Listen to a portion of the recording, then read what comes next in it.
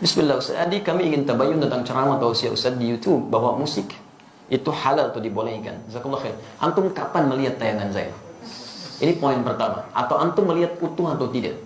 Yang kedua, apakah antum hadir di majlis itu cuma melihat atau cuma melihat cuplikan? Yang ketiga, dalam suasana apa saya menjawab pertanyaan itu? Karena setiap materi yang disampaikan, setiap majlis itu suasananya bisa berbeda. Apa yang ditanyakan nggak bisa antum bikinnya di hukum umum. Ini poin pertama. Yang kedua, antum mesti bedakan hukum dengan sikap hukum. Itu berbeda. Hukum dengan sikap hukum. Kalau antum ditanya hukum, antum mesti jujur. Gak boleh antum ambil sesuai selera antum aja. Yang pengen saya begini, itu sampaikan. Yang menurut Nabi padahal benar, antum tutupi. Karena hanya jamaah ikut keinginan antum. Itu gak boleh. Dosa itu antum. Sikap hukum itu beda. Misal, ada hukum, saya beri contoh, nanti saya teruskan ke musik ya. Ada hukum misalnya untuk sujud nih, setelah i'tidal. Ya, hukumnya ada dua secara umum. Yang pertama adalah sujud dengan menggunakan lutut dulu. Itu ada di Abu Daud nomor hadis 838 dari Wa'il bin Hujur, posisi paling kanan sebelah bawah. Baik, yang kedua ada menggunakan telapak tangan. Di telapak tangan dulu baru lutut. Ya, itu ada di Abu Daud kitab yang sama nomor hadis 840 dari Abu Hurairah, posisi paling kiri sebelah atas sampai 841. Cuman beda dua nomor. Ini yang disebut hukum. Jadi kalau Anda tanya bagaimana hukumnya, ini dua alternatif yang diajarkan oleh Nabi. Singkatnya ada kemudahan. Anda kalau ingin menggunakan lutut boleh, ingin menggunakan telapak tangan boleh. Karena kita sujud memang hanya menggunakan satu di antara dua itu. Itu artinya kemudahan. Rumus fikihnya disebut al-jam'u wa taufiq. Jadi kalau ada persoalan, hadisnya banyak, antum jangan pilih satu hadis dan antum ikuti, tidak. Kumpulkan semua hadisnya, at-taufiq kemana arah hukumnya. Di situ antum simpulkan. Sampai Ibnul Qayyim al-Jauziyah menulis kitab sifat salat Nabi, beliau menyimpulkan saya pilih yang pakai lutut. Syekh Muhammad Nasruddin al-Albani menulis kitab sifat salat Nabi, memilih menggunakan telapak tangan. Jadi kalau antum ngajinya menggunakan kitab sifat salat Nabi Syekh al-Albani, pasti pakai telapak tangan itu. Lihatnya. Kalau antum baca kitab Syekh Ibnul Qayyim al-Jauziyah, Masya Allah akan menggunakan lututnya. Nah, dua-duanya dipraktekkan. Nah, jadi kalau antum menggunakan lutut benar, menggunakan telapak tangan benar, yang salah itu ya menggunakan selain keduanya. Bisa pakai kepala duluan itu kan? Itu kan keliru. Ya. Dan diantara yang pakai kepala duluan belum apa-apa sudah rame gitu kan. Lihat orang pakai telapak tangan disebut ini salah nih, yang benar pakai ini. Mungkin antum ngambil salah satu aja. Dan yang tidak tepat ketika Anda mengajarkan pakai telapak tangan atau pakai lutut, Anda mengatakan nih yang lain salah nih, yang benar pakai ini. Hadisnya dhaif. Antum berani mendaifkan Syekh Ibnu Qayyim al-Jauziyah, antum siapa? Ya? Antum mengatakan yang pakai telapak tangan salah, antum di mana makamnya Syekh Al-Albani? Jadi jangan sampai kita yang belum tentu hafal hadisnya jadi pada rame. Hadisnya aja nggak tahu gitu kan. Ya, itu hukum. Adapun sikap hukum itu pilihan antum terhadap hukum. Antum bersikap ingin menggunakan lutut, silakan. Bersikap ingin menggunakan telapak tangan itu silakan, itu nggak ada masalah di sini. Jelas di sini? Nah sekarang dari pemahaman ini, mari kita tarik kepada pertanyaan tadi. Musik apa sih hukumnya? Apa dulu musik tuh? Antum harus kenali dulu. Apa dulu musik? Jangan-jangan ribut masalah musik, antum sendiri nggak kenal musik. Antum menghukumi musik, handphone antum sendiri banyak musiknya. Ringtone, tone itu kan musik. Begitu bunyi, musik itu haram. Bunyi, tending gitu kan. Masya Allah. Haram semua tuh di HP antum tuh. Antum harus kenali dulu apa itu gitu kan. Musik itu segala suara yang menghasilkan irama. Ingat ya, kami alhamdulillah saya sampai S2 itu spesialis saya di bahasa Arab. Saya senang tafsir Quran. Saya sangat cinta Quran ya.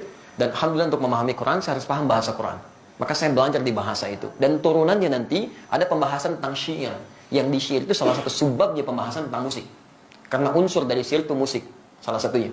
Musik segala suara yang menghasilkan irama. Jadi setiap suara menghasilkan irama itu disebut dengan musik. Jelas di sini? Ini dibagi dua nanti. Ya, yang pertama, ada yang tidak menggunakan alat. Jadi suara. Dan orang Arab sudah terbiasa tentang itu.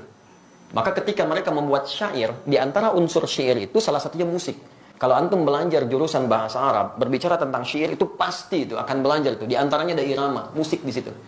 Kalau diturunkan ada 16 rumus, disebut dengan bahar di ilmu arud. Ada bahar tawil, ada madid, ada rajaz, ada macam-macam. Dan sejak zaman jahiliyah sudah ada.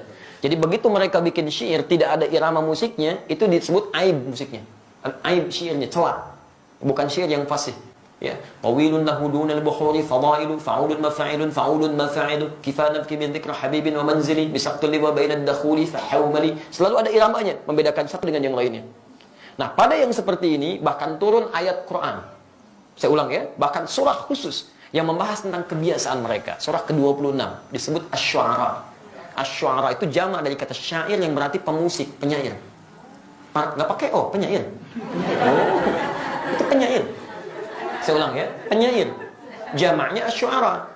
Tayyib, kalau antum baca nanti dari ayat 224 sampai ke ujungnya, singkatnya apa? Ada kebiasaan-kebiasaan mereka ketika ayat turun dicela oleh Quran. Dicela oleh Quran. Wasyu'ara yattabi'uhumul ghawun, dan para penyair itu seringkali menghadirkan hal yang tidak bermanfaat. Wa hum fi kulli wadin yahimun, ada yang datang ke lembah-lembah nyari inspirasi sehingga ibadah ditinggalin. Datang ke lembah, jadi apa Pak? Nyari ilham. Kan ilham tetangga Bapak. Oh enggak, saya di sini. Nyari itu, cari inspirasi, nulis macam-macam. Sehingga maaf, kebaikan-kebaikan diabaikan. Kan sholat tertinggal, macam-macam tertinggal. Zaman jahiliyah banyak yang begitu. Sehingga ketika zaman Islam dibedakan. Yang seperti ini gak ada banyak manfaatnya. Bahkan ada yang menuduh Nabi SAW. Ada yang menyerang Nabi dengan syair. Banyak. Ada Zuhair bin Abi Salma sebelum dia taubat. Nyerang Nabi itu. Disebutkan begini, dan sebagainya. Apa yang terjadi? Sisi lain, banyak juga penyair muslim. Di antaranya Hasan bin Sabit. Hasan bin Sabit bahkan langsung disebut sebagai syairun Nabi. Seorang penyair yang membela Nabi SAW. Jadi begitu di sudut sana mencela Nabi, di sini kemudian membalas dengan membela Nabi SAW. Dan tidak sedikit pembelaan itu dihasilkan lewat syair. Yang seperti ini langsung disanjung oleh Quran. Illal ladzina amanu, kecuali para penyair yang beriman kepada Allah Subhanahu wa taala. Yang dengan syairnya dijadikan untuk membela Islam dan mengangkat nilai-nilai kebaikan. Jelas sampai sini dulu? Ini sisi yang pertama. Jadi Anda bayangkan, Anda mesti fair di sini. Ada ayat yang mencela keadaan tertentu, ada ayat yang kemudian mengangkat nilai kebaikan di situ. Jelas? Bahkan Nabi SAW pernah kemudian meluruskan ketika seseorang memuji Nabi untuk mengkultuskan. Jangan sebutkan itu, sebutkan yang lain. Dan Nabi SAW ketika pulang dari perang Tabuk pulang, itu disambut dengan syair. Dan beliau diam. Tala'al badru alaina min thaniyatil wada'i, ya wajib syukru alaina, mada'a lillahi da'i. Dan antum ada yang kemudian membuat dengan musik-musik kasidah itu. Itu asalnya kan itu syair. Ya, dari madid rumusnya. Tala'al badru alaina min thaniyatil wada'i wajib syukru alaina mada'a lillahi da'i. Ada semuanya di situ. Ya. Sampai orang Arab itu, Bu, Pak, jangankan masalah seperti itu, lihat binatang, lihat macam-macam, itu memang itu Masya Allah, itu langsung bisa bikin syair. Refleksnya syair. Itu lihat burung aja, burung bulbul lompat-lompat bikin syair. Al-Asma'i pernah bikin, cuma gara-gara burung bulbul lompat ke dahan-dahan bikin syair. Sautu safiril bulbuli hayyaja qalbi thamini al-ma wa zahru ma'a ma zahri lafdhul muqali fa anta yasridi wa sayyidi wa mawlani fakam taymuni ghajirin uqalqali kataftuhu min wadatin fi hadha ar-rajuli faqala la la la faqad ghada muharmili wal walad wali yawaydani faqultu la tuwalbili fabayyinul lu'ali qalat law hina kadha in hadhul muqali kahatan kakailali tabtabi tabtaburi. Ada semuanya. Dia bikin itu. Dan dalam suasana membikin itu Nabi biasa saja. Jadi ketika buruk dicela oleh Nabi, ketika baik didiamkan oleh Nabi. Maka dari sini ulama sepakat dalam persoalan syair, musik yang berasal dari suara. Awas ya, berasal dari suara itu terbagi pada dua bagian. Ada yang dicela sampai tingkat keharaman ketika menjauhkan dari Allah Subhanahu wa taala, membuat diri lalai, makruh dengan kalimat-kalimat yang tidak pantas itu yang haram. Jelas? Tapi kalau yang dimaksudkan kalimat-kalimat kebaikan, sampai Imam Syafi'i punya syair disebut Diwan Asy-Syafi'i, ajakan pada kebaikan, ketaatan di situ, itu dibenarkan oleh para ulama. Tidak ada masalah di situ, yang disebut dengan hukum boleh. Jelas di sini? Jadi pernyataan saya jangan di framing gitu kan, jangan dipotong seakan-akan Ustaz dibolehkan ini. Kata siapa? Saya nggak pernah membolehkan itu. Hukumnya ada di Quran, turun sejarahnya, antum bisa lihat, ini yang tidak boleh, ini yang boleh. Sekarang alat musik. Bagaimana dengan alat-alat musik? Antum bisa perhatikan kalau munculkan hadis-hadisnya, ada yang langsung dicela, bahkan didekatkan dengan zina. Kan? Allah Subhanahu akan datang di masa nanti orang-orang menghalalkan zina, menghalalkan khamar dan menghalalkan alat-alat musik, gitu kan? Pernah dengar hadisnya? Tayyib, itu apa yang dicela? Hal-hal yang bisa menyesatkan kita pada keburukan, yang menjauhkan dengan Allah Subhanahu wa taala. Bahkan disebutkan oleh Nabi seruling itu bagian dari panggilan setan, gitu kan? Karena ketika dia digunakan banyak orang maksiat di situ. Ya, minum khamar, ada yang mabuk-mabukan, ada yang berzina, ada yang macam-macam. Silakan cek ya, silakan antum cek. Setiap kali menemukan musik di tempat-tempat yang tidak baik, pasti turunannya maksiat. Itu yang jatuh haram di situ. Haram dan seterusnya. Tapi ada di antara hadis-hadis yang antum pernah lihat, bukankah pernah Nabi SAW datang ke rumahnya Sayyidah Aisyah?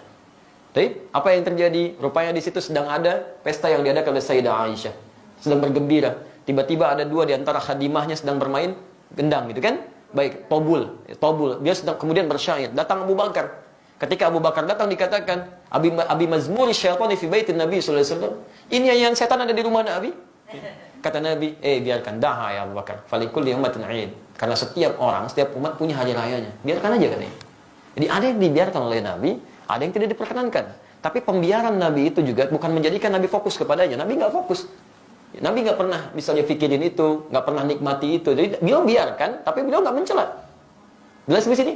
Ini menunjukkan bahwa pada hakikatnya Nabi tidak mengutamakan tentang musik itu. Yang walaupun itu dibenarkan sebagian yang tadi itu. Tapi kemudian beliau tidak hindarkan karena dikhawatirkan nanti umatnya malah fokus kepada hal yang demikian. Jadi ada yang dibenarkan oleh Nabi, tidak seketika dilarang dalam sifat-sifat yang seperti tadi. Adapun yang tadi alat musik yang lain, yang digunakan pada sesuatu yang maksiat, yang tidak baik, itu yang dihukumi haram oleh agama. Dan pada hakikatnya alat itu nggak ada hukumnya. Alat benda nggak ada hukumnya. Saya mau tanya, apa hukumnya golok? Apa hukumnya pisau? Nah, antum belajar usul fikih dulu. Hukum itu tidak melekat pada benda. Hukum itu melekat pada amalan. Ingat, pada amal, bukan pada benda. Golok digunakan untuk apa? Kalau digunakan untuk sembelih hewan korban, maka hukumnya dia halal. Tapi kalau digunakan untuk, nah ini poinnya. Misal, ancam orang, bunuh orang. Saya kemarin ke Bali, Masya Allah. Ya. Begitu turun dari rumah makan, ada seorang, Ustaz, mohon Ustaz untuk makan hari ini aja, untuk makan hari ini aja. Tapi yang dipegang, golok, kemudian pisau, ditutup, bagi di hadapan ke kita. Begini, Ustaz, tolong untuk makan hari ini. Masya Allah. Itu luar biasa, kan? Itu luar biasa, dia meminta dengan cara yang tidak elok gitu kan. Walaupun kita paham maksud dia butuh sesuatu. Tapi dia katakan, ini loh pisau saya. Ini golok saya gitu kan. Itu nggak boleh yang seperti itu. Haram hukumnya golok digunakan demikian. Jelas ya?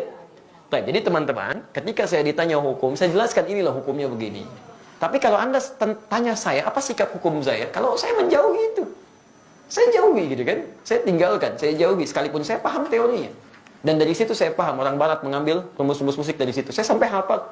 Hafal saya rumus gitar, rumus piano, saya hafal. Karena mereka ngambil dari situ, saya pelajari itu. Tapi saya nggak pernah main begituan. Apakah kalau kita menghafal sesuatu, kalau tas disebut saya membolehkan? Belum tentu. C, D, F, G, A, B, C, D, F, C, D, F, G, D, F, G, A, B, C, D, A, B, C, D, F, G, A, F, G, A, B, C, D, E, B, C, D, F, B, C, D, A, B, B, C, D, A, B, C, D, A, B, C, D, A, B, C, D, antum aja belum tentu tahu tuh. Jadi kita membaca sesuatu bukan berarti kita masuk di dalamnya, tidak gitu kan. Untuk merumuskan rumus hukum yang boleh, yang tidak boleh. Antum mungkin biasa, tapi bagaimana dengan orang-orang yang profesi di dalamnya? Ada yang mengajar begini, ada yang begitu. Saya mesti berikan pendalaman hukum seperti ini. Tapi sikap saya seperti ini. Jelas di sini? Baik. Antum boleh tidak sepakat, tapi jangan sampai ketidaksepakatan itu menjadikan kita harus saling mencela. Itu nggak boleh. Nggak boleh. Dalam tidak sepakat pun nggak boleh mencela. Apalagi dalam hal sepakat, kan? Baik.